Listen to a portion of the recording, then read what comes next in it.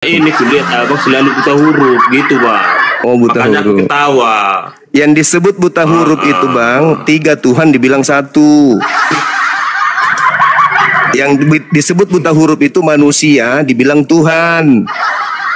Yang dibilang buta huruf itu bang, setan keluar dari kubur disembah. Itu buta huruf itu. Tidak bisa membedakan antara Tuhan dengan manusia, kan gitu. Masa ada Tuhan keluar dari kubur? Salam satu Tuhan.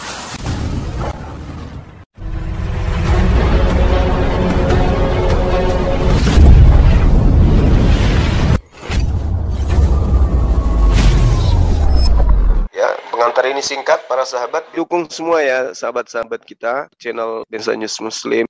Di like, di subscribe, di share sebanyak mungkin untuk supaya mencegah sahabat-sahabat kita di luar sana Tidak terpengaruh terhadap pemurtadan. Semoga Allah memberikan selalu sikap istiqamah. Salam satu Tuhan, Allahu Akbar. Itu Yesus sendiri mengatakan bahwa iblis itu akan dilemparkan keluar dari kubur. Yesus yang mengatakan itu, bahwa iblis itu akan dilemparkan keluar.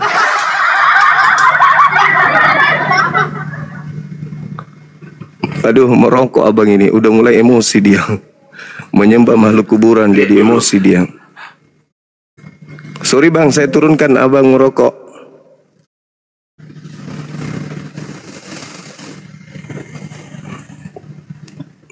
Mati ganya, betul.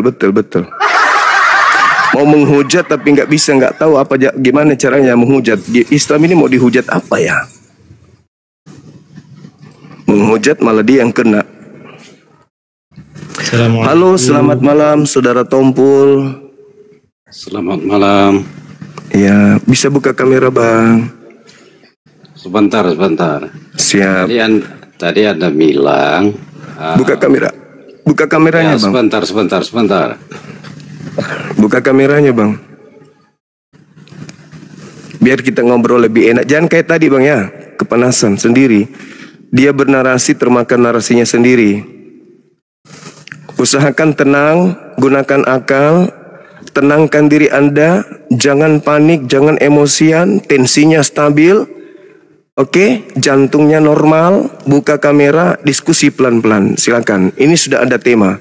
Kami orang Islam didatangi misionaris, diajak kemudian untuk menjadi murid daripada makhluk yang keluar dari kubur.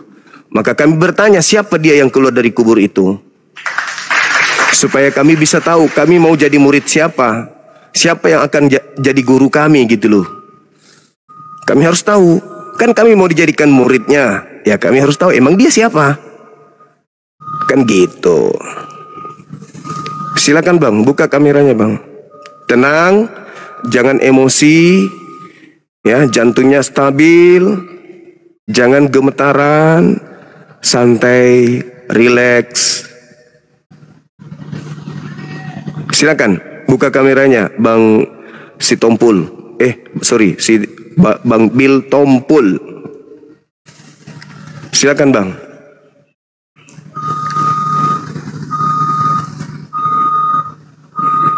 Bang Tompul.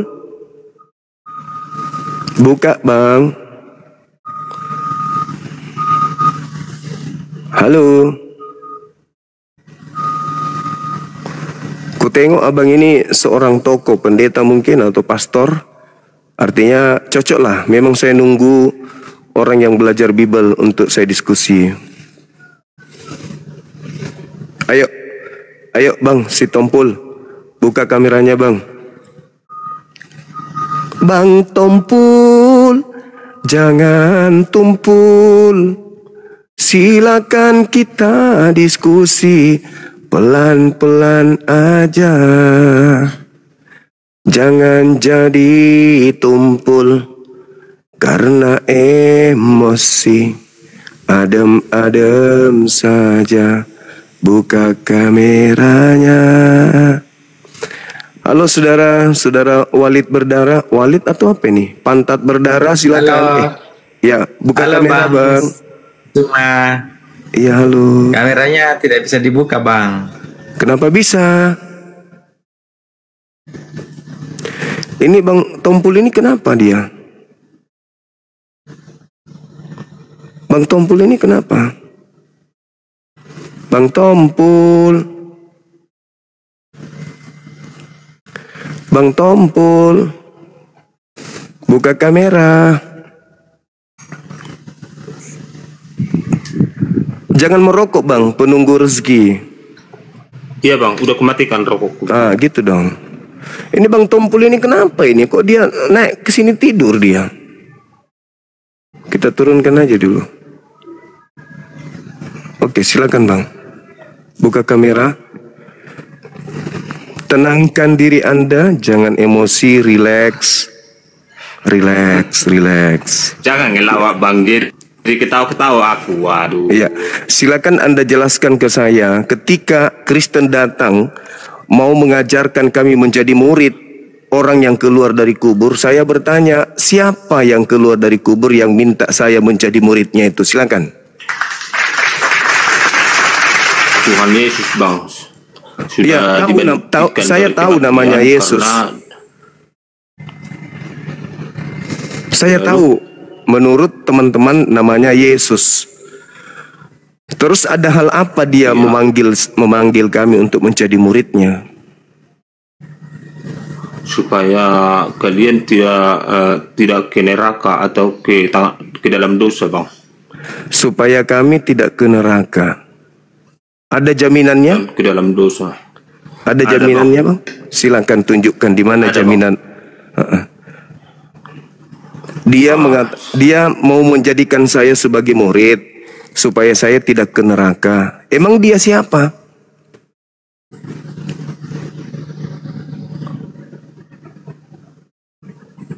Emang dia siapa Bang?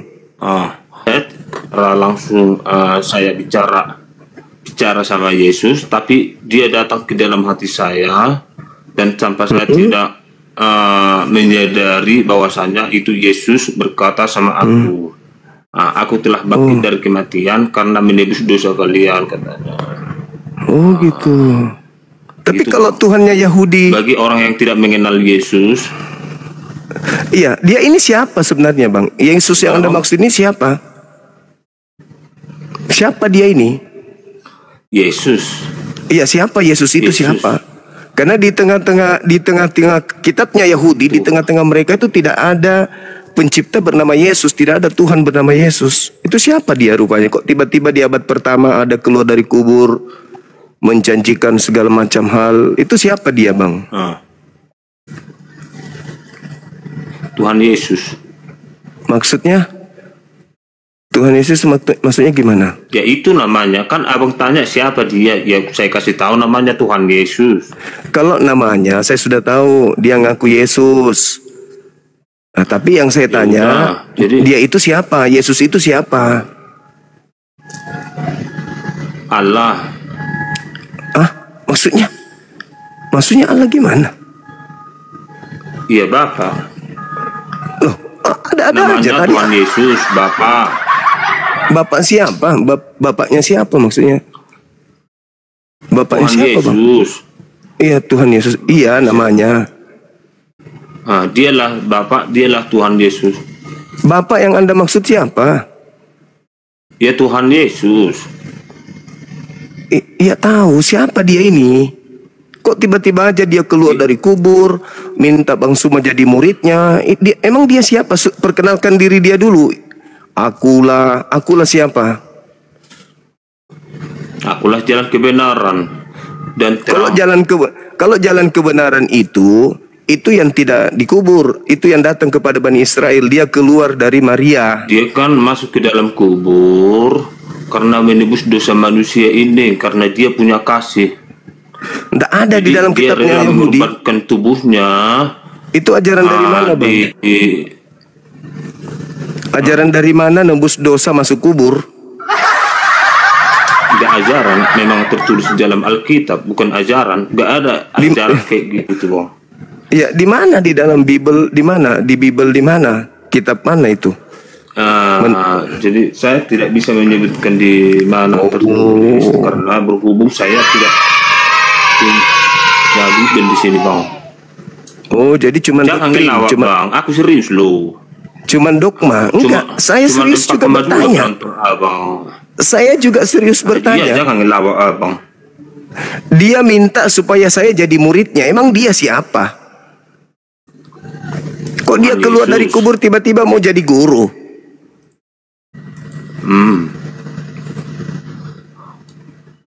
Tiba-tiba mau jadi guru. Emang dia siapa? Susah kali dikasih tahu bang. Udah dari tadi ku bilang Tuhan Yesus. Dia Tuhan, punya ilahi. maksudnya kok jadi Tuhan, kok jadi ilahi? Maksudnya gimana? Kok keluar dari kubur jadi Tuhan, jadi ilahi? Maksudnya dulu kan waktu ada juga nih manusia yang datang di tengah Bani Israel, tapi dia bukan ilahi juga bukan Tuhan. Kenapa yang keluar dari kubur ini Siapa jadi itu, Tuhan, Bang? jadi ilahi? Ya, Siapa itu bang? anak Maria. Siapa namanya? Namanya sama, Yesus Kristus juga, tapi dia manusia.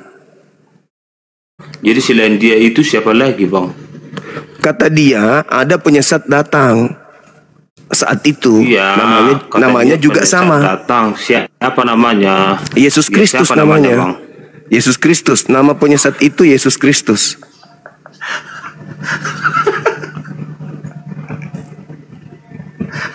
Ngelawak abang kan?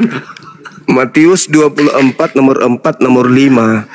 Waspadalah kepada penyesat yang datang kepadamu memakai namaku dan berkata akulah Kristus. Mereka akan menyesatkan banyak Siapa yang orang. menyebutkan itu bang? Penyesat itu mengaku Yesus Kristus. Menyebutkan itu yang abang bilang tadi itu siapa namanya? Waspadalah. Itu kata bilang Yesus. Kata Yesus kepada muridnya orang Yahudi. Ya udah. Jadi Yesus anak Maria berkata kepada murid-muridnya orang Yahudi, waspadalah kepada penyesat yang datang kepada kalian memakai namaku dan berkata akulah Kristus, jangan kau percaya. Iya, jadi yang memakai namanya itu siapa itu bang? Penyesat, Ya siapa namanya? Yesus Kristus. Lah Yesus Kristus yang bilang Yesus Kristus yang mana? Omongan apa ini? Aku bingung loh. Yesus yang asli Abang sendiri yang bilang, berkata, abang sendiri yang makan. Yesus yang asli berkata, waspadalah kepada penyesat yang datang kepada kalian dengan memakai namaku, Yesus, dan berkata akulah Kristus. Berarti Yesus Kristus. Berarti penyesat itu nyamar-nyamar sebagai Yesus Kristus, itu maksudnya. Jadi yang palsu itu siapa itu bang? Yang Karena palsu aku yang datang, pernah juga belajar sama abang. yang palsu itu yang datang setelah dia mengatakan itu. Ya siapa Kan dia namanya bang? Ya Yesus Kristus. Yesus Gimana? Kristus yang bilang Yesus Kristus. Ih, Bingung aku. iya sih, Aku berat jadi sih bingung, memang. Bang.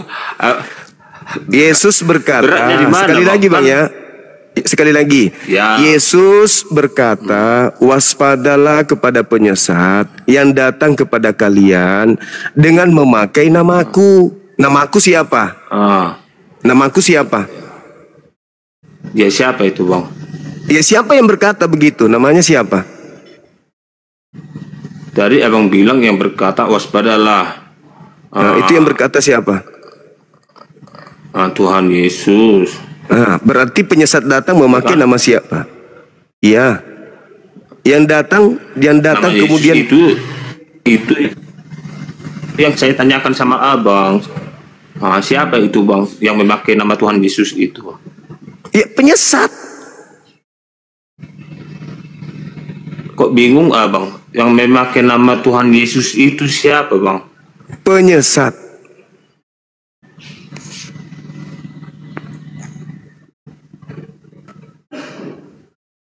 Penyesat itu ketika datang dia mengaku bernama Yesus.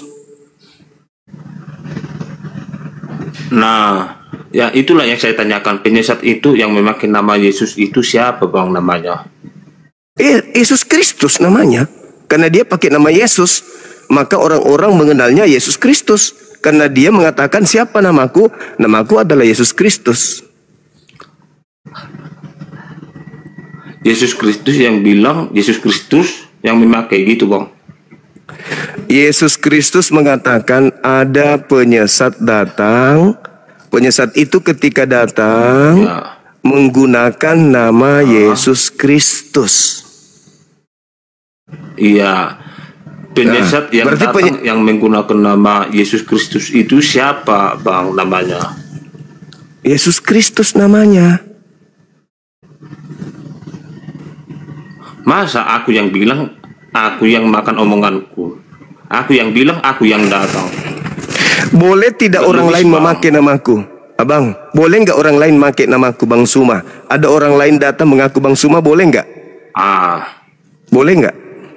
Boleh. Nah, itu bisa. Boleh. Anda paham? Berarti ada orang lain datang. Iya, tapi nama aslinya kan yang memakai nama abang itu pasti kita tahu. Gitu, oh, bang. Tidak diajarkan. Dia cuma mengaku Bang Suma.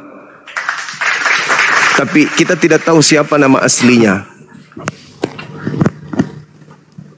Jadi gimana saya mau menanggapi pertanyaan seperti itu sementara abang tidak tahu siapa namanya penyesat itu?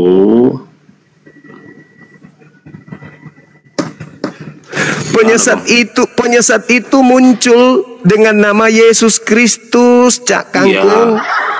Dompala. Nah, kurangi makan dedak, Bang. Nama aslinya itu siapa itu? Kurangi makan dedak, jangan terlalu banyak makan dedak. Itu karena terlalu banyak makan dedak, Bang.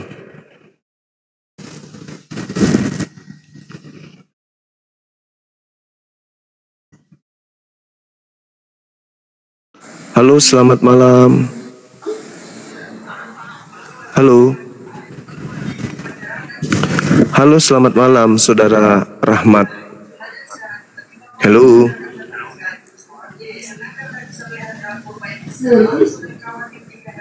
Halo.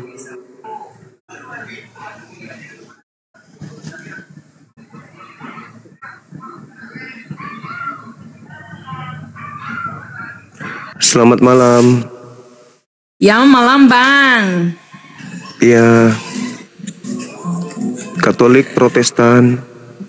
Saya Katolik Puru. Bisa buka kameranya nggak bisa ya?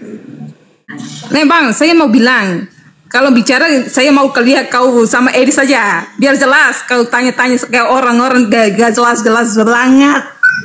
Jangan emosi. Kalau masih emosi jangan naik ke sini. Kentara kali Anda gemetaran emosi, nahan emosi. Halo, selamat malam Saudara Robert. Halo. Saudara Robert, selamat malam. Emosi dia teman-teman, emosi. Kena memang. Pertanyaan itu memang kena kali pun. Iya, dari tadi Abang Juma dengarin jadi ceramah kawan ini. Aku mau mau diskusi apa iman, nggak dikasih kesempatan, makanya maaf dulu Bang, langsung saya ambil poinnya. Karena Abang kuliah tadi udah jenuh Bang. Kan Bang Juma? Iya, lanjut. Nah, inilah yang jadi permasalahan di sini, bahwa ada misionaris yang datang ke kami, anak-anak kami sudah nyata-nyata pakai jilbab, berarti mereka Islam. Didatangi oleh misionaris, disuruh menjadi murid dari sosok yang keluar dari kubur ini. Nah, ketika kami ingin dijadikan murid, tentu kami bertanya, dia siapa? Karena kalau yang bernama Yesus yang datang kemudian, kok jadi bertentangan ajarannya dengan yang pertama? Yesus yang pertama sebelum ada penyaliban mengatakan di dalam Matius 15:24, aku diutus hanya kepada domba yang sesat dari umat Israel. Terus di dalam Matius 10 nomor 5 nomor 6, Yesus berpesan kepada ke-12 muridnya agar jangan ke bangsa lain, tetapi pergilah kepada domba yang sesat dari umat Israel. Itu ajaran Yesus pertama. Tapi kenapa giliran ada yang keluar dari kubur, mengaku Yesus Kristus, memerintahkan orang untuk ke seluruh bangsa, jadikan orang di luar Israel menjadi pengikutnya. Ini siapa? Kok berbeda dengan Yesus yang tadi aku diutus hanya kepada domba yang sesat dari umat Israel? Kenapa bisa berbeda? Yang tadi untuk Israel, ini kok seluruh bangsa? Silakan. Ya, aku tidak bisa selengkap itu dijelaskan, tapi yang paham aku sampaikan gitu ya Bang. Iya. Gak apa-apa ya. Silakan. Menurut perkataan Abang yang keluar dari kubur itu, oke lah. Kalau Abang bilang bukan Yesus, tapi kecuali yang bangkit gitu kan? Iya. Berarti yang keluar itu salah. Yang bangkit itu Bang, Tuhan Yesus. Ya kan yang keluar ini yang bangkit. Yang keluar dari kubur inilah yang bangkit dari kematian. Tadi aku tanya abangnya, yang keluar kan berarti beda sama yang bangkit. Iya kata abang.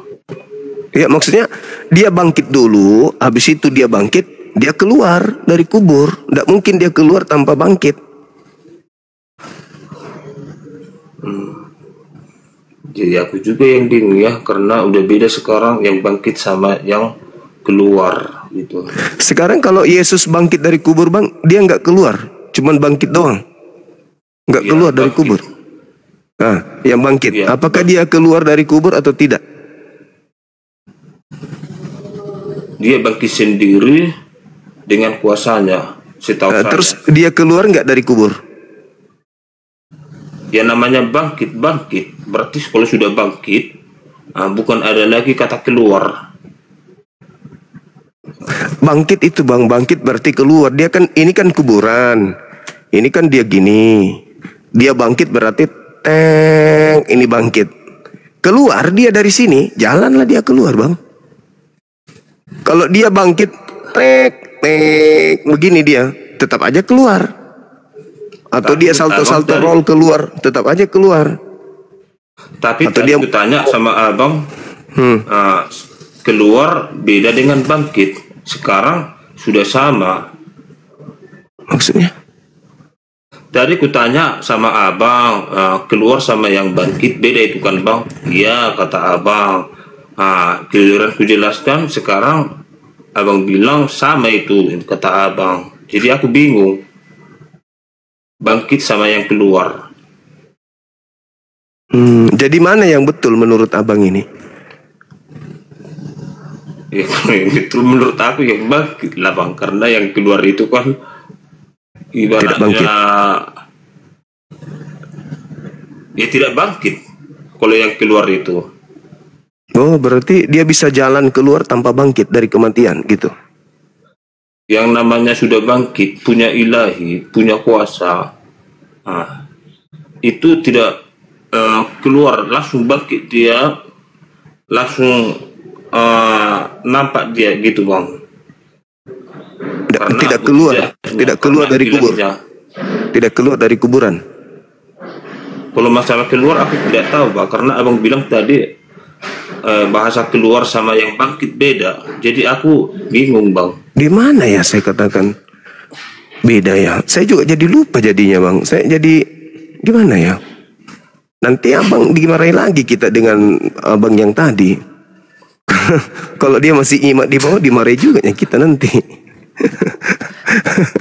Tadi abang bilang kata keluar dengan bangkit beda. Kok beda? Berarti memang kata bangkit dengan keluar beda. Tapi itu adalah dua proses yang berkaitan. Tidak mungkin dia keluar tanpa bangkit dulu. Kalau dia keluar tanpa bangkit, itu apa namanya? Mayat hidup. Aduh, apa ini lucu. Jangan ngelawak Bang, jadi kita ketawa aku mau belajar sama Abang. Aku pengen pintar Bang gitu loh. Iya, Kita sapa dulu teman kita ini, Bang Odi. Halo, ya Bang. Sudah bangkit dari tidur? Dari Kita bangun Bang, bukan bangkit. Oh bangun. Nah, apa Bang? Iya halo. Dari Katolik, Protestan? Protestan Bang. Protestan. Iya. Jadi gini ya Bangku, mungkin abang sudah ngikutin dari tadi. Ini kan ada amanat agung di Kristen. Ada yang keluar dari kuburan, yang konon bangkit dari kematian, meminta seluruh manusia menjadi muridnya gitu. Nah, setelah kemudian kami menjadi sasaran, ketika kami menjadi sasaran untuk dijadikan murid, kami boleh dong bertanya, siapa sih dia ini yang mau menjadikan kami muridnya, yang keluar dari kubur ini? Yesus Kristus lah Bang. Ya, iya, dia itu siapa gitu maksudku Bang? Itu adalah Yesus Kristus itu adalah anak dari Bunda Maria. Yang dilahirkan Maria. Iya. Itulah yang disalibkan itu naik ke surga, setelah dia mati naik ke surga gitu loh, pada hari yang ketiga gitu. Berarti nggak lagi 40 hari ngajar? Maksudnya? Setelah kematian kan ada informasi dia keliling dulu 40 hari. Ya kan dia naik dulu ke surga Bang, naik ke surga dia, maka diturunkanlah Roh Kudus ataupun malaikat mengatakan bahwa dia sudah bangkit pertama ke si Maria gitu, yang pada saat dia berkunjung ke kuburan gitu. Iya, berarti yang keluar dari kubur ini anaknya Maria. Ya, iyalah, Yesus Kristus kan anaknya Maria. Anaknya Maria yang keluar dari kubur. Berarti dia manusia Bang ya? Oh iya, murni loh manusia. Tapi ketika dia di tengah-tengah Bani Israel, dia mengatakan, aku diutus hanya kepada domba yang sesat dari umat Israel. Kok bisa berubah setelah keluar dari kubur? Iya, artinya domba yang sesat itu Bang, artinya aku diutus kepada domba yang sesat itu, kepada domba sesat itu orang yang berdosa Bang. Jadi Yesus itu diutus bagi orang yang berdosa, karena di ajaran kami, akulah jalan kebenaran. Tidak ada sampai kepada Bapa kalau tidak melalui aku. Gitu. Kalau itu sih setahu saya ajaran Yesus kepada muridnya Bani Israel, bukan kepada semua manusia. Iya, namanya kan dia kan untuk menyelamatkan domba-domba yang tersesat gitu loh Bang. Makanya kan kalau di ajaran kami itu bukan dibilang di situ hanya Israel, enggak. Akulah jalan dan kebenaran. Tidak ada sampai kepada Bapa kalau tidak melalui aku. Bukan dibuat di situ. Tidak ada sampai orang Israel kalau tidak melalui aku. Enggak. Makanya dikatakan domba yang tersesat gitu. Tapi domba itu kan cuma Bani Israel Bang. Itu gelar untuk Bani Yakub, keturunan Yakub. Di luar Bani Yakub tidak digelari domba, digelari serigala. Kalau dia bukan Bani Yakub, nyamar-nyamar Bani Yakub, itu serigala namanya. Bukan Bang, karena kan di Alkitab itu kan sudah jelas dikatakan. Bukan dikatakan di situ akulah jalan dan kebenaran, bagi yang dikatakan di situ bukan bagi orang Israel. Tidak sampai kepada Bapa kalau tidak melalui aku. Bukan di situ, tidak sampai kepada Bapa orang. Iya, maksudnya gini Bang. Maksudnya ketika Yesus ketika Yesus datang di tengah-tengah Bani Israel, Yesus mengaku diutus hanya kepada domba yang sesat dari Bani Israel. Disebutkan di situ Bang. Lagi-lagi di dalam kitab Yeremia 50 nomor 17, yang digelari domba itu kan cuman Bani Yakub, Bani Israel. Di luar Bani Israel Yesus sebut dengan sebutan anjing. Gitu Bang. Jadi kalau dia mengatakan akulah jalan, akulah kebenaran, ya itu ucapan Yesus untuk kaumnya Bani Israel, bukan di luar Bani Israel. Suaranya kecil Bang, suaranya kecil. Ya Bang. Suaranya abang kecil. Udah Bang jelas. Itu pengakuan Yesus Bang, itu pengakuan Yesus. Aku diutus hanya kepada domba yang sesat dari umat Israel. Kita bukan Bani Israel. Malah kalau Anda baca di dalam Wahyu 3 nomor 9, orang yang bukan Bani Israel mengaku Bani Israel, mereka adalah jemaat iblis. Iya, tapi kan kita kata kuncinya kan ada Bang tuh Bang. Kata kuncinya kalau kami di Kristen itu, makanya kami mengakui dia sebagai juru selamat kami. Jelas dikatakan di Alkitab kami itu dikatakan tidak ada sampai kepada Bapa kalau tidak melalui aku. Dari siapa? Ya Yesus. Gitu. Itu ucapan Yesus untuk Bani Israel, abangku. Bukan untuk di luar Bani Israel. Iya, di situ enggak. Kalau di situ diucapkan dong lagi gitu. Tidak ada sampai kepada Bapa, ya dibuat apanya tanda kurungnya Israel, kan enggak, semua orang. Jadi kan semua orang itu siapa mengakui Yesus Kristus sebagai juru selamat, ya dia selamat gitu loh. Bukan begitu. Mungkin kayak gini, mungkin juga di Al-Quran juga disebutkan ada Nabi Isa, ya sama sebenarnya, dia kan lahir kan. Tapi kan kita mengaku itu, makanya di sini siapa yang keluar dari kubur? Ya saya katakan itu Yesus Kristus. Itu manusia, benar. Dia murni sebagai manusia. Kenapa? Karena dia dilahirkan, dikandung si Maria, dilahirkan murni gitu loh. Iya. Jadi kan di sini kan berarti dia bukan Tuhan, Bang ya? Berarti bukan Tuhan kan? Maksudnya? Berarti dia ini bukan Tuhan, yang keluar dari kubur ini bukan Tuhan berarti kan? Yesus Kristus. Bukan Tuhan. Ya, kalau dia kita katanya Yesus Kristus. Iya, maksudnya itu bukan Tuhan kan? Ya, yang abang bilang Tuhan itu saya nggak paham. Tapi yang di Alkitab kami dikatakan Yesus Kristus. Iya, Yesus yang keluar dari kubur itu bukan Tuhan kan? Bukan Tuhan yang disembah Yahudi kan? Tuhan Yesus Kristus. Iya, Tuhannya Kristen, tapi bagi Yahudi itu bukan Tuhan kan? Ya kalau mengenai Abang saya gitu, saya nggak paham. Tapi kalau di Alkitab kami jelas dikatakan gitu. Jadi kan pemikiran manusia kan kadang Tuhan itu banyak nih polanya. Tuhan kemana kan nggak tahu kita. Jadi kita mengatakan Yesus Kristus gitu. Tapi dia itu dibangkitkan untuk menjadi Tuhan bagi pengikutnya Paulus.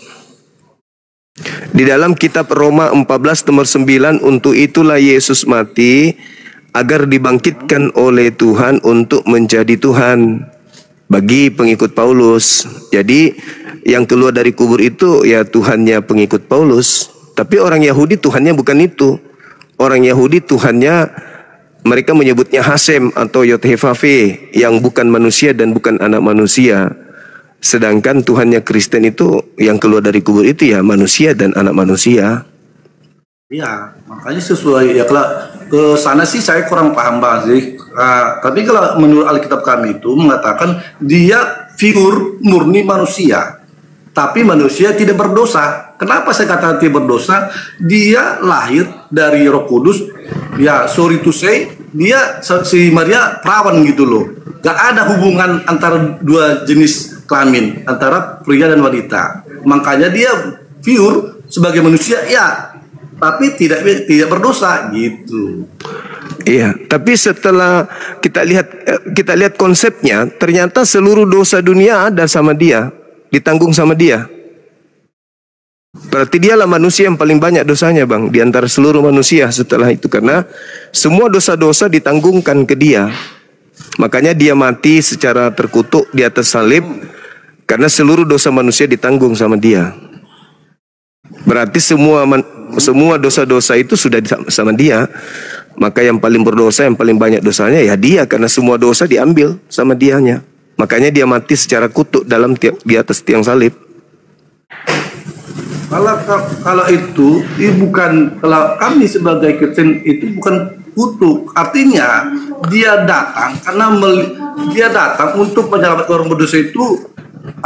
Tuhan Yesus lah menggantikan kami gitu loh. Sebenarnya kami sesuai dengan hukum Taurat. Hukum Taurat itu jelas dikatakan siapa yang membunuh dia akan dibunuh. Ya kan? Siapa yang berzina akan itulah dia. Jadi datang Tuhan Yesus mengajarkan kasih. Ya udah, dosa-dosa kalian itu supaya apa? Supaya bersih, sayalah menjadi tanggungannya. Makanya dia rela disalibkan gitu. Oh. Jadi dosa-dosa kalian yang belum lahir pun sudah ditanggung. Kita nggak tahu dong dosa belum lahir gimana lahirnya manusia, kan dia lahir dulu dong. Enggak, abang ini abang dengan Yesus kan 2000 tahun. Artinya Anda belum lahir, Anda sudah punya dosa, ditanggung duluan gitu. Ya enggak lah, kan kita kan sesuai Alkitab kita yang kita katakan. Jadi gimana ceritanya? Dia duluan mati menanggung dosa-dosa saudara, sementara saudara belum berbuat dosa. Itu gimana ceritanya? Abang belum berbuat dosa, bahkan lahir pun belum. Belum, betul. Tapi dulu Bang Juma ya. Aku sampaikan dulu sama si Odi Jabat ini sedikit.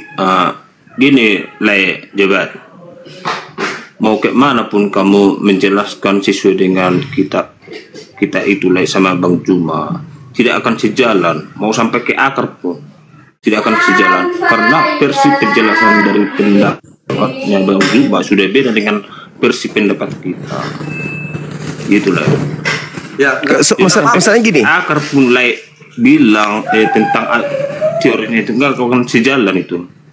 Masalahnya gini Bang, mau sejalan tidaknya tetap kita sampaikan. Iya. Kan itu masalah itu dia manusia itu punya pendapat yang berbeda, jelas ya itu. Iya.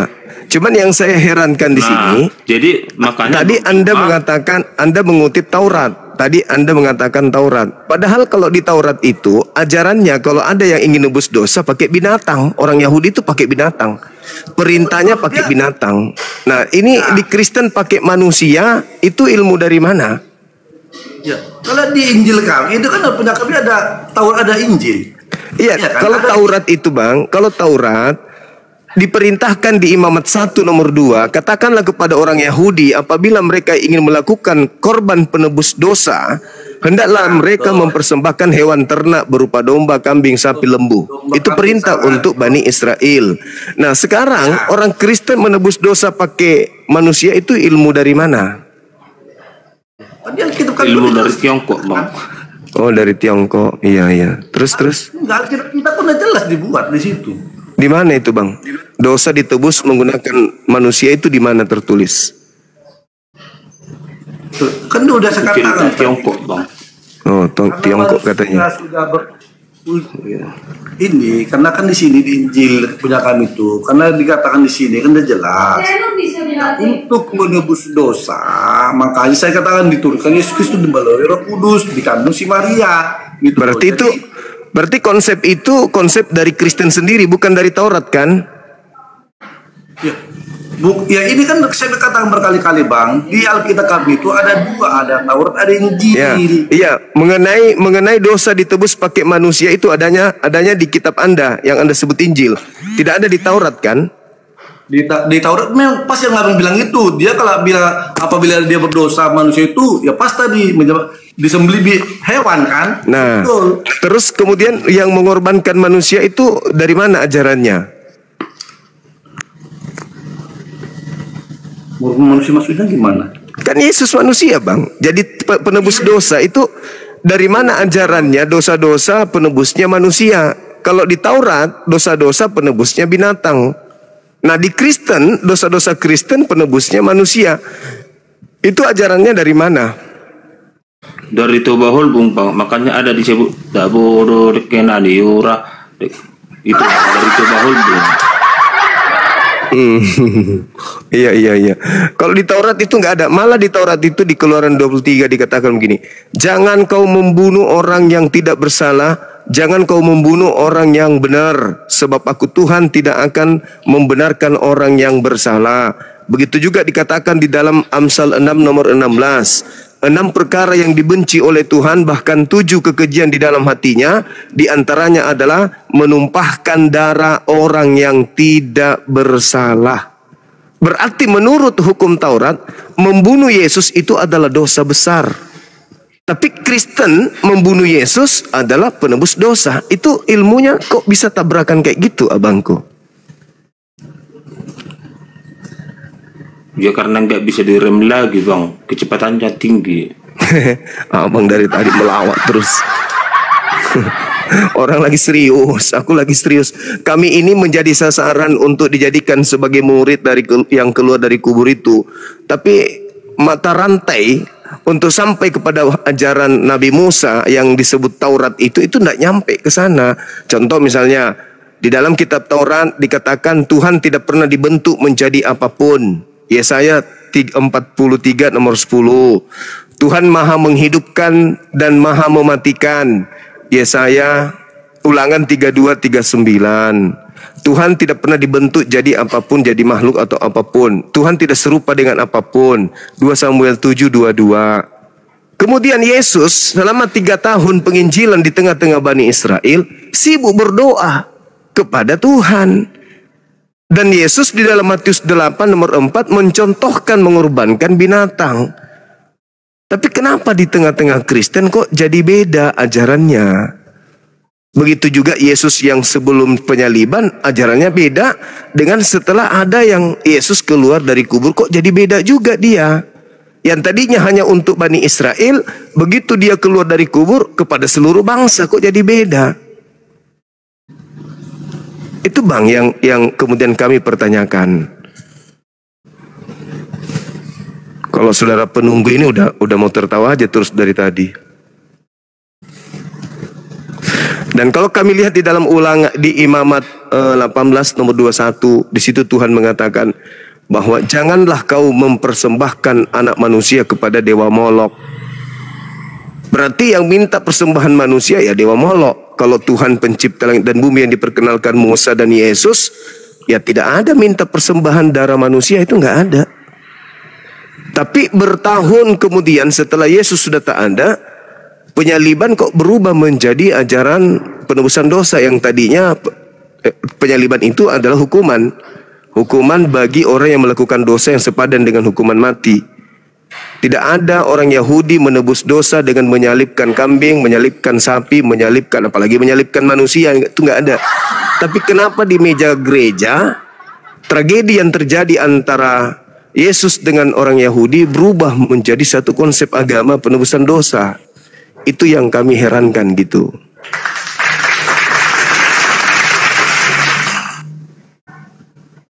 Begitu abangku. Sementara Yesus sibuk mengajarkan bertobatlah, bertobatlah, bertobatlah, bertobatlah. Untuk apa bertobat? Kalau ternyata dosa sudah ditebus sama dia. Tapi dia katakan bertobatlah. Kiamat sudah dekat. Bertobatlah, kiamat sudah dekat. Artinya Yesus mengajarkan pengikutnya untuk bertobat. Bukan menganggap dosanya ditebus. Begitu abang. Jadi kami tidak bisa dijadikan murid. Ya gimana?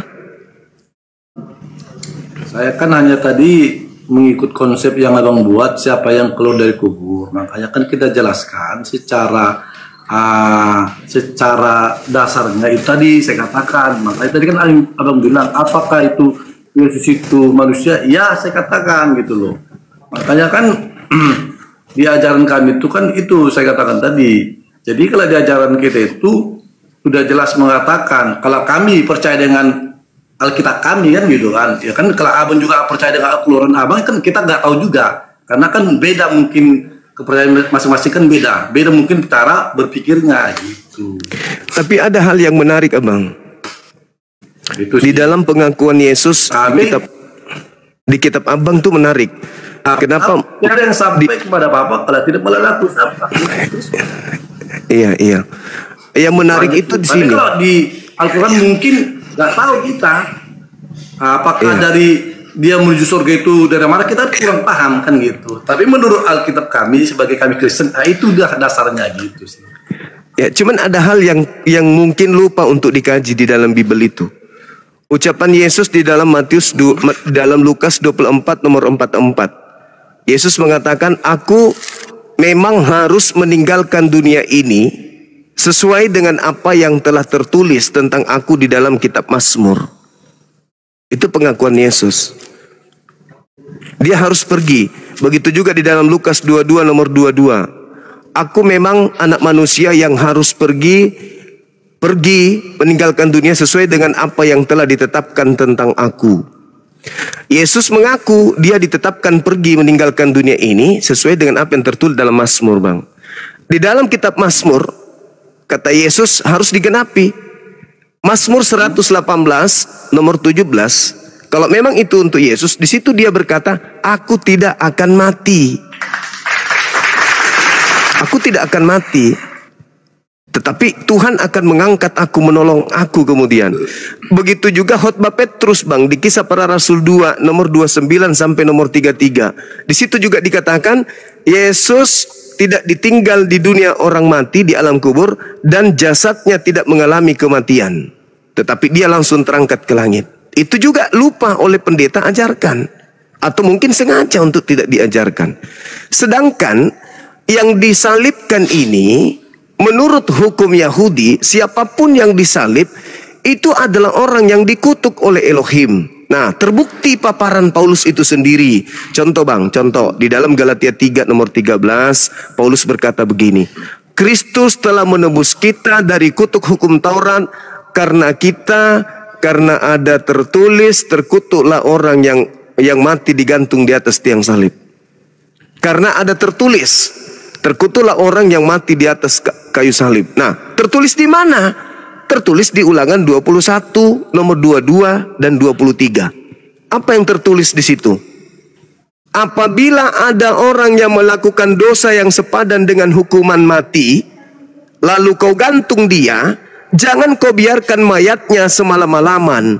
Sebab orang yang digantung terkutuk oleh Elohim, jangan kau biarkan mayatnya menyentuh tanah yang diwariskan Tuhan kepadamu. Berarti yang disalib pada saat itu adalah orang yang melakukan dosa yang sepadan dengan hukuman mati. Dan orang ini adalah orang yang dikutuk oleh Elohim. Pertanyaannya, dosa apa yang dilakukan Yesus sampai dia harus dikutuk oleh Elohim? Sementara nggak ada dosa Yesus itu. Berarti yang disalib ini siapa? Nggak ada dosa Yesus. Ya, lalu yang disalib ini siapa kalau begitu?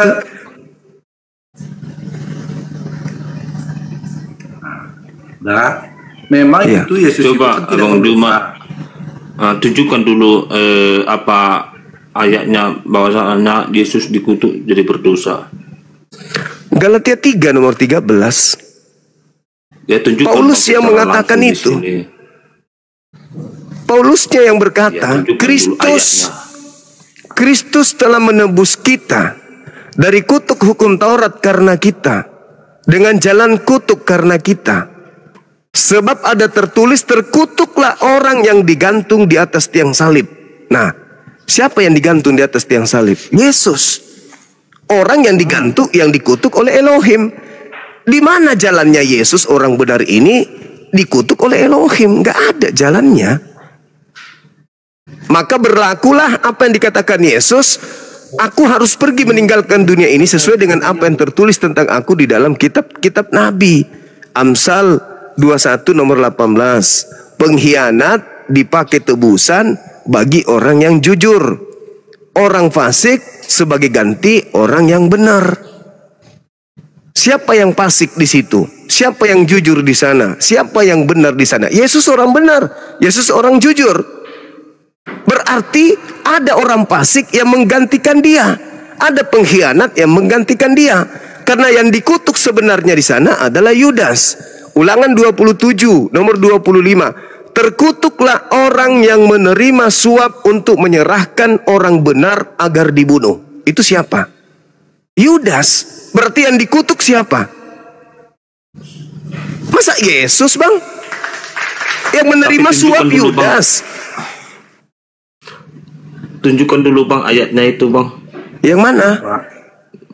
yang abang sebutkan tadi, biar pintar kami bang. Ulangan 27 nomor 25. Ya, aku tidak punya Bible di sini bang. Coba tunjukkan pakai Bible kamera saya belakang. kecil, kalaupun saya tunjukkan kecil kali. Coba dilihat di HP. Iya, pakai HP abang. Aku cuma satu HP ku bang.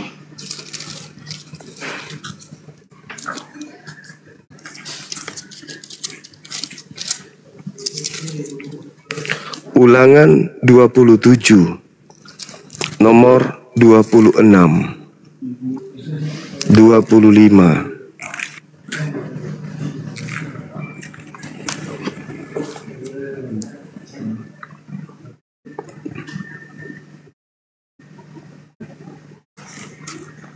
Terkutuklah orang yang tidur.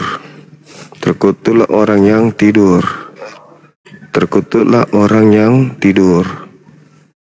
Terkutuklah ayatnya, Bang. Orang yang membunuh. Terkutuklah orang yang menerima suap. Nah, ini dia. Saya kasih stabilo ya.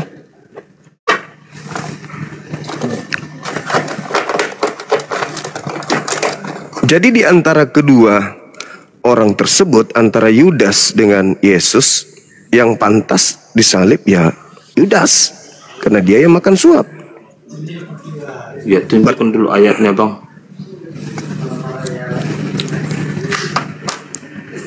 Kecil sekali ya bangku, kecil.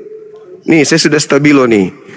Ulangan 20, Ulangan 27 nomor 25. Buka di HP.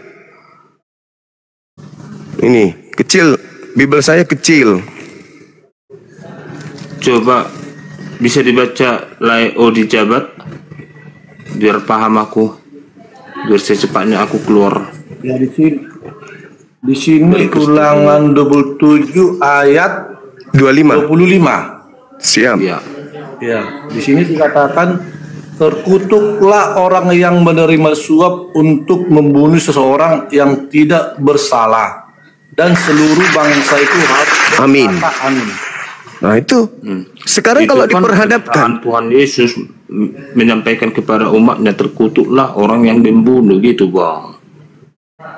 Nah, itu dah menyampaikan itu. Saya kan, iya, makanya kan kita kan bacakan apa isinya, itu aja. Tapi kan tadi kan masalah disalibkan itu kan saya katakan berkali-kali tadi, karena Yesus Kristus itu memang dia orang yang tidak berdosa, makanya dia rela menebus dosa manusia, dia rela disalibkan sesuai. kalau kita lihat di dalam gini abangku, kita gitu. Karena sebelumnya di hukum Taurat itu pas dibilang Bang Juma, apabila dia berdosa itu mempersembahkan hewan sebagai penebusan. Tapi pada saat udah di Injil itu Tuhan Yesus menjadi rela disalibkan untuk menebus dosa-dosa manusia. Jadi kalau di Injil itu nggak ada lagi hewan dipersembahkan. tapi kalau dikatakan rela bang, minimal ada 3 dalil yang kemudian saya bisa tunjukkan kalau Yesus itu tidak rela disalib. Yang pertama, ketika dia mengajar di bait suci, ketika dia sedang berdoa dengan teman-temannya di gurun Efram, datanglah kemudian tentara Romawi bersama dengan imam-imam kepala dan pengawal-pengawal mahkamah agama. Didata Lukas 22 nomor 52-53. Apa kata Yesus di sana? Sang kamu aku ini penyamun, sampai kamu datang membawa pedang dan juga pentungan. Padahal setiap hari kau melihat aku di bait suci mengajar, tapi kamu tidak menangkap aku. Tetapi waktumu memang sudah saat sekarang, dan waktunya kuasa kegelapan. Artinya upaya menangkap Yesus itu adalah upaya dari kuasa kegelapan. Itu yang pertama. Di dalam Yohanes 8:37 sampai 44. Jikalau engkau anak-anak Abraham, kenapa kamu ingin membunuh aku? Itu karena kamu tidak memperoleh firman-Ku di dalam diri kalian, sehingga kamu ingin membunuh aku. Iblislah yang menjadi bapakmu, dan kamu mau melakukan keinginan-keinginan bapakmu. Artinya Yesus berkata orang-orang yang ingin membunuh dia itu adalah anak-anak iblis. Anak-anak iblis. Jadi tidak ada alasan kemudian dia itu rela untuk disalib, tidak ada. Malah dia berdoa semalam-malaman di Bukit Getsemani itu, sampai malaikat turun memberikan kekuatan kepadanya hingga keringatnya bercucuran seperti titik darah. Nah, yang terakhir kemudian ketika dikatakan ikhlas, lantas kenapa Yesusnya kalau dikatakan ikhlas disalib mengatakan kemudian bahwa angkatan jahat ini minta satu tanda dan tidak diberikan satu tanda apapun selain tanda Yunus. Angkatan jahat diberi tanda Yunus. Apa itu? Kebangkitan pada hari ketiga. Itu adalah tanda untuk angkatan jahat. Lalu ketika Yesus ingin ditangkap di dalam Yohanes 11 nomor 45 sampai nomor 57, dikatakan imam-imam kepala ingin membunuh Yesus karena mereka takut bangsanya dirampas oleh orang Roma. Maka hari itu juga mereka bernubuat Yesus harus mati untuk bangsa mereka. Maka di data nomor 53, maka mulai hari itu mereka sepakat membunuh Yesus. 54-nya, setelah itu Yesus tidak lagi menampakkan diri di tengah-tengah mereka, melainkan Yesus kemudian pergi di sebuah padang gurun bernama Efraim bersama dengan murid-muridnya. Tidak menampakkan diri lagi karena dia tidak ikhlas. Dia tidak mau dibunuh. Aku ambil poinnya Bang. Terakhir pertanyaan aku Bang, biar selesai aku ini ya, karena aku ini salah satunya komal abang yang lama menunggu dari tadi. Satu lagi pertanyaan aku terakhir Bang ya, jika memang agamaku ini agama sesat, aku minta kebenaran sama abang itu, bahwasanya abang menyatakan itu agama abang itu yang benar. Coba abang sebutkan di dalam Quran abang di mana aku izin dulu ya Bang ya. Menyatakan ya, Bang Odi. Jalan kebenaran Makasih, Bang. Dan terang. Makasih, Dan di mana abang Nabi Muhammad membuktikan mujizatnya menyembuhkan orang buta, orang sakit gitu Bang. Setelah bisa abang tunjukkan itu, pertanyaanku itu, saya akan masuk ke iman abang. Itu aja pertanyaan. Tunjukkan dengan secara jelas melalui Al-Quran. Oke. Al-Quran surah Ali Imran ayat 31. Bismillahirrahmanirrahim. Qul in kuntum tuhibbunallah fattabi'uni yuhibbukumullah wa yaghfir lakum dzunubakum wallahu ghafurur rahim. Di situ dikatakan, katakanlah kepada seluruh umat manusia, jika engkau ingin dosa-dosamu seluruhnya dihapuskan oleh pencipta langit dan bumi, dan ingin dirimu disayangi oleh Dia, maka ikutlah kepada baginda Rasulullah Muhammad SAW. Yang pertama. Yang kedua, orang-orang Israel ahli kitab dikatakan di dalam Al-Quran surah Al-Ma'idah ayat 15 dan ayat 16. Ya ahlal kitab, qad ja'akum rasuluna yubayyinu lakum katsiran mimma kuntum tukhfuna minal kitab wa ya'funa min katsir wa ya'funa an katsir wa ya'fu an katsir. Telah datang kepadamu kata Allah penjelasan yang menjelaskan, yaitu Al-Qur'anul Karim. Maka Allah mengatakan, qad ja'akum minallah nurun wa kitabun mubin. Maka telah datang kepadamu cahaya, yaitu Nabi Muhammad, dan Al-Quran yang menjelaskan. Yahdi bihillah manittaba ridwanahu subulas salam. Maka ikutlah kepada petunjuk Al-Quran melalui Nabi Muhammad untuk menuju kepada jalan keselamatan.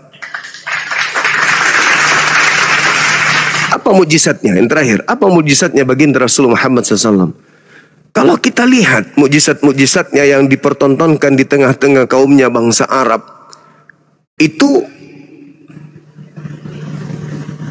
yang masih bisa dirasakan hari ini adalah Al-Quranul Karim. Dan setiap nabi itu memiliki mujizat masing-masing. Musa membelah lautan. Yesus membangkitkan orang mati. Apakah itu masih bisa kita lihat? Atau itu hanya tinggal kenangan? Tinggal kenangan. Yang dibutuhkan sekarang ini apa? Kalau belah lautan sudah bisa, ada pancang, orang sudah bisa, kemudian lautan jadi daratan sudah bisa. Kalau menyembuhkan orang, sudah banyak orang yang disembuhkan kemudian. Kalau membangkitkan orang mati, ya banyak orang penyakit jantung, jantungnya kemudian dipotong, disambung pakai cincin, masih belum mati dia, masih hidup sampai sekarang. Lalu apa yang dibutuhkan alam semesta hari ini? Hukum-hukum. Hukum-hukum apa? Al-Quran, pembimbing dalam hidup. Bimbingan dalam hidup, yaitu Al-Quran. Satu-satunya mujizat yang masih ada di antara seluruh nabi hanya Al-Quranul Karim. Ini titipan Nabi Muhammad yang bisa dilihat dan dirasakan oleh seluruh manusia.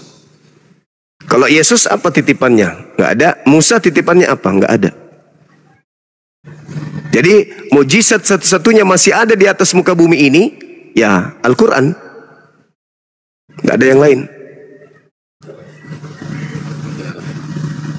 Lalu kenapa banyak orang-orang Muslim bang minta pertolongan doa kesembuhan kepada orang Kristen selama ini yang muncul di media sosial bang? Sementara orang Kristen tidak pernah minta kesembuhan kepada melalui nama Muhammad atau melalui nama ustaz-ustaz atau haji. Oke. Itu jelaskan dulu bang. Baik. Orang Islam yang minta kesembuhan dari orang Kristen berarti dia tidak pernah belajar Bible. Pertama, Yesus sendiri mengatakan pada hari terakhir nanti banyak orang berseru kepadaku, Tuhan, Tuhan, bukankah kami bernubuat pakai namamu, bermukjizat pakai namamu, mengusir setan pakai namamu. Pada hari terakhir nanti, pada saat itulah aku Yesus akan berterus terang kepada mereka, enyahlah daripadaku, kalian semua adalah pembuat kejahatan, aku tidak mengenal kalian. Jangankan kepada orang Kristen bang, banyak orang yang datang ke kuburan, banyak orang datang ke pohon, ke batu-batu besar, minta kesembuhan. Banyak. Itu adalah orang yang kurang iman, kurang percaya. Kalau orang yang imannya bagus, ada orang bisa sembuh dengan air wudhu, ada orang bisa sembuh hanya dengan mengatakan bismillah, ada orang bisa sembuh hanya dengan bersalawat kepada Rasulullah. Cuman mereka nggak percaya, mereka nggak yakin. Begitu ada penyembuhan-penyembuhan tertarik. Kenapa tertarik? Karena mungkin sakitnya sudah terlalu parah sampai dia pergi kemudian ke orang-orang yang ya mungkin agamanya Kristen yang kebetulan bisa bermujizat seperti Andi Simon, siapa lagi, Rusuli Lubis. Tapi ingat, kata Yesus, mereka semua ini akan diusir. Diusir oleh Yesus, dan Yesus berkata dalam Matius 7 nomor 21, 22, 23, enyahlah daripadaku, kalian semua adalah pembuat kejahatan. Dan juga Yesus mengatakan Kristus palsu itu mampu bermujizat. Waspadalah kepada Kristus palsu dan nabi-nabi palsu. Dia akan datang melakukan banyak tanda-tanda yang dahsyat dan mujizat-mujizat, sekiranya mungkin menyesatkan banyak orang, menyesatkan orang-orang pilihan juga. Jadi kalau dikatakan karena dia mengobati lantas agamanya benar, tidak. Saya banyak lihat orang sembuh kok. Orang Islam diobati sama orang Islam. Dan sekarang kalau sakit, ya kan ada rumah sakit. Dokter ada yang Kristen, ada yang Islam, semua datang sembuh. Tak ada masalah itu, bukan menjadi acuan. Bukan menjadi acuan. Dokter Kristen datang pasien yang Islam sembuh, dokter Islam datang pasien Kristen sembuh. Sugestinya itu sugesti. Tapi karena kalau dikatakan itu adalah hebat pengobatan itu, kenapa kemarin ketika COVID orang-orang Kristen tidak menyebar ke rumah sakit mengobati orang? Yang saya lihat malah di rumah sakit itu banyak orang Kristen. COVID kemarin lebih banyak Kristen yang meninggal daripada Islam. Jadi itu bukan acuan. Saya sendiri bang, saya bukan bohong. Saya kalau orang cuman kerasukan biasa, kerasukan setan, alhamdulillah dengan tangan saya bisa, insya Allah saya bisa sembuhkan. Hanya dengan baca doa-doa aja. Ya, tapi gini bang, tapi kalau memang di kemudian hari atau di hari kiamat baru kami tahu rasanya bagaimana mengimani tentang ke orang Kristen itu, di ajarannya tidak ada sama sekali mengenai hal buruk. Tetap kami seorang Kristen itu diajarkan jangan berzina, jangan berbohong, jangan membunuh, dan kasihilah musuhmu seperti dirimu mengasihi manusia. Itu kan sama sekali kalau saya ambil poinnya tepat bang. Itu. Dan semua mujizatnya itu sejalan. Kalau ajaran-ajaran kayak begitu bang, kalau ajaran-ajaran kayak begitu, semua agama ajarkan, Hindu, Buddha, semua ajarkan. Semua mengajarkan seperti itu. Masalahnya bukan dari aspek itu yang kita lihat. Masalahnya yang benar adalah sembahan kita itu loh. Semua orang tanpa yang jangankan kesembahan itu untuk mengambil kebenaran. Kalau menurut saya pribadi jauh lebih meyakinkan tentang imanku bang. Ya silakan. Tapi yang saya tahu Kristen Katolik masuk ke Indonesia itu melalui pembunuhan. Maaf saya ini, itu fakta. Kalian sekarang bisa berbicara kasih. Karena Indonesia sudah merdeka. 350 tahun. Teori, Bang. Bukan berbicara tentang sejarah masuknya ke sini. Lah, itu kan praktek. Itu praktek. Agama Kristen menyebar ke seluruh dunia itu dengan perang. Di mana? Di mana di Indonesia ini ada Kristen masuk dengan damai? Di mana? Di mana? Katolik masuk melalui Portugis, Belanda, kemudian Kristen masuk ke Indonesia.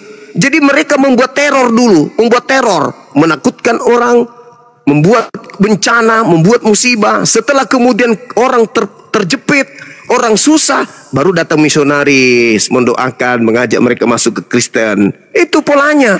Sekarang Anda boleh berbicara ajaran kasih, karena sudah merdeka. Berani tidak Anda ketika Belanda datang menjajah Anda berbicara, kami adalah kasih, mengasihi musuh? Berani nggak? Itu kan bisa disebutkan sejarah antar suku, Bang, atau sejarah manusia. Enggak. Datangnya mereka datang membawa misi kekristenan dan Katolik. Mereka datang ke Indonesia ini mengajarkan, menjajah, menjara, merampok, dan juga mengajarkan agama mereka. Itu. Tapi silakanlah, kepercayaan Anda silakan. Silakan dengan keyakinan Anda, agama Anda kasih, agama Anda baik, silakan. La ikraha fiddin. Tak ada paksaan di setiap agama. Ya, mungkin agama Islam menurut Anda radikal, mungkin agama Islam itu kejam, makanya kemudian kekejaman Islam itu sampai mereka bersatu mengusir penjajah yang beragama Kristen, maka Anda mengatakan kami adalah agama yang kejam. Mungkin Islam aja yang kasih. Karena yang menjajah masuk ke Indonesia ini adalah tentara-tentara dari Arab, dan yang mengusirnya itu adalah orang-orang Kristen mayoritas. Mungkin karena kalau saya lihat ajaran kasih di Kristen itu yang mana ya? Satu aja. Iya, saya tunjukkan ya, Bang. Iya, silakan. Tentang kasih. Iya, silakan. Ketika itu sudah banyak fakta beredar melalui media sosial tentang pembubaran gereja. Itu pernah dibalas perbuatannya itu apa tidak, Bang? Masjid saya dibakar di Tolikara, Ambon Poso,